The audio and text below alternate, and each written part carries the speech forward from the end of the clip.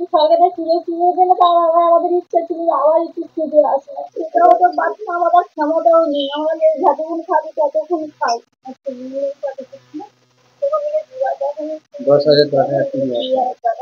কাঞ্চনজঙ্ঘার দুর্ঘটনাকে কেন্দ্র করে তোলপাড় রাজ্য। উস্কে দিল বিগত দিনের করমণ্ডল এক্সপ্রেসে দুই বন্ধুর এখনো নিখোঁজ থাকার ঘটনা। দেখতে দেখতে কয়েকদিন কেটে গেল কাঞ্চনজঙ্ঘা এক্সপ্রেস দুর্ঘটনা। সরকারি মতে 9 জনের মৃত্যু হয়েছে। যত কাঞ্চনজঙ্ঘা দুর্ঘটনার খবর ছড়িয়েছে ততই সোনারপুরের দুই বন্ধু এখনো নিখোঁজ থাকার ঘটনা এলাকার মানুষের মনে পড়ে সেদিনের কথা। 23 সালের 2রা জুন করমণ্ডল এক্সপ্রেস দুর্ঘটনায় প্রচুর মানুষের মৃত্যু হয়েছিল। এখনো পর্যন্ত কোনো খোঁজ পাওয়া যায়নি সোনারপুরের দুই যুবকের, দীপঙ্কর মণ্ডল ও অক্ষয় মিস্ত্রি। দুই বন্ধু কাজের খোঁজে সোনারপুর থেকে পাড়ি দিয়েছিল। অক্ষয়ের বাড়ি সোনারপুরে, অন্যদিকে দীপঙ্কর সোনারপুরে মামার বাড়িতে থাকত। পাশাপাশি এলাকায় থাকার সুবাদে দুজনের মধ্যে বন্ধুত্ব তৈরি হয়। ট্রেনে ওঠার পর দুজনের সাথেই তাদের পরিবারের শেষ কথা হয়েছিল। সন্ধ্যের দিকে দুর্ঘটনার খবর পেয়ে দুই পরিবারের লোকেরাই বারবার ফোন করলেও সেই ফোন কেউ রিসিভ করেনি। পরিবারের দাবি পরের দিন সকাল পর্যন্ত ফোন রিং হয়। দুই পরিবারের লোকেরাই ঘটনার পরে রাতেই দৌড়ে গিয়েছিল ঘটনাস্থলে। বিভিন্ন জায়গায় খোঁজাখুঁজি করেও তারা পায়নি। ডিএনএ টেস্টও করা হয়, যদিও তার রিপোর্ট এখনো আসেনি। ঘটনার পরপর পাশে থাকার বার্তা দিয়ে রাজনৈতিক নেতারা এলেও পরে আর কারোর হদিশ পাওয়া যায়নি। এখনো পর্যন্ত দুই পরিবারই ছেলের অপেক্ষায়। কাঞ্চনজঙ্ঘা এক্সপ্রেসের দুর্ঘটনার খবর পুরনো স্মৃতি উস্কে দিয়ে এখনো কাঁদছে দুই বন্ধুর দুই মা ও পরিবারের লোকজন। দীপঙ্কর চেন্নাই যাচ্ছিল কাজের জন্য, যেতে গিয়ে করমণ্ডল ট্রেন দুর্ঘটনায় ওই যে নিখোঁজ হয়ে গেছে। সেই থেকে এই পর্যন্ত তার দেহ আজও আমরা সমর্থ করতে পারিনি।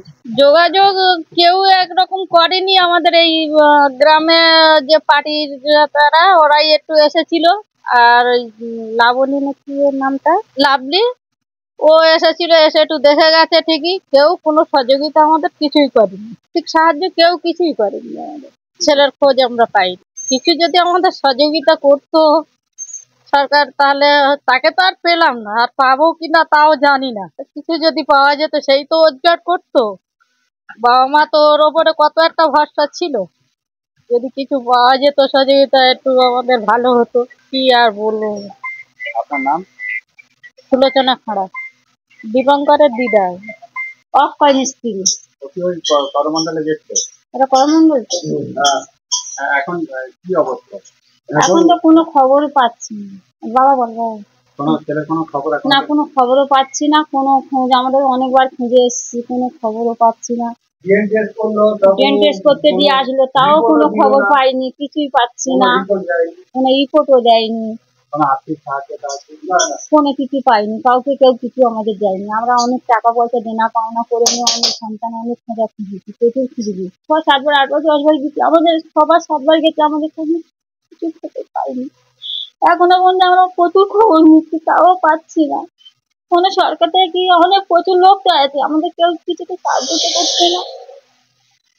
আর কি হবে, খবর শুনে বলেই যাচ্ছি, সবাই শুনে যাচ্ছে, দলদের লোক আসছে, ফিরে যাচ্ছে। কি করছে আমাদের একটা সন্তানের পরিবার পেটের চালা তারা বিদেশে খাটতে যাচ্ছে, গিয়ে তাদের জীবনটা চলে গেল। আর কি, 1 বছর হয়ে গেল, খুঁজে পাচ্ছি না। কি করবো, সবাই যাচ্ছে খুঁজতে, সব জায়গায় খবর নিচ্ছে, কিছু আর আমাদের টাকা পয়সা দিন আর খুঁজতে যেতে পারিনি। এই দেনা পাওনা করে নিয়ে গেছি, আর কোথায় পাবো? আমরা গরিব মানুষ, লোকের বাড়ি ঠিক খেটে খাই, কোথায় পাবো টাকা পয়সা দিনে? যেতেও পাচ্ছি না। যে গিয়ে খুঁজে নিয়ে আসবো, ফের যাবো 1 বার 2 বার, ইচ্ছা হলো, আর যেতে পারছি না টাকার জন্য। আমার নাম পুষ্প মিস্ত্রি। এখন অবস্থা বলতে সত্যি আমরা তো যখন দুর্ঘটনা ঘটেছিল আমরা অনেকবার গিয়েছি ওখানে, প্রায় 5 থেকে 6 বার গেছি। গিয়ে আমরা ওখানে কোনো রকম কোনো সাহায্য পাইনি। প্লাস আমরা চেষ্টা করেছি অনেক খোঁজার ভাইকে, কিন্তু খুঁজে পাইনি। ডিএনএ টেস্টের স্যাম্পেল দিয়ে আসা হয়েছে, রিপোর্টও পাইনি। ইভেন সরকার থেকে যে কোনো আর্থিক অবস্থা মানে যে বলেছিল যে সাহায্য করবে, যেহেতু আমরা অনেক সাধারণ ঘর থেকে বিলং করি, তো আমাদের অত সামর্থ্য নেই যে ওখান থেকে গিয়ে আবার বারবার গিয়ে খোঁজা ভাইকে। এখন কি চাইছি, এখন আর প্রায় 1 বছর তো হয়েই গেল, আর কোনো খোঁজ তো পেলামই না। আমরা চেয়েছিলাম যে কিছু আর্থিক সাহায্য যদি সরকারের থেকে পেতাম তাহলে হয়তো আমরা আবার গিয়ে ফিরে যাওয়ার চেষ্টা করতাম বাড়িতে। আমার দাদার নাম সুমন মিস্ত্রি।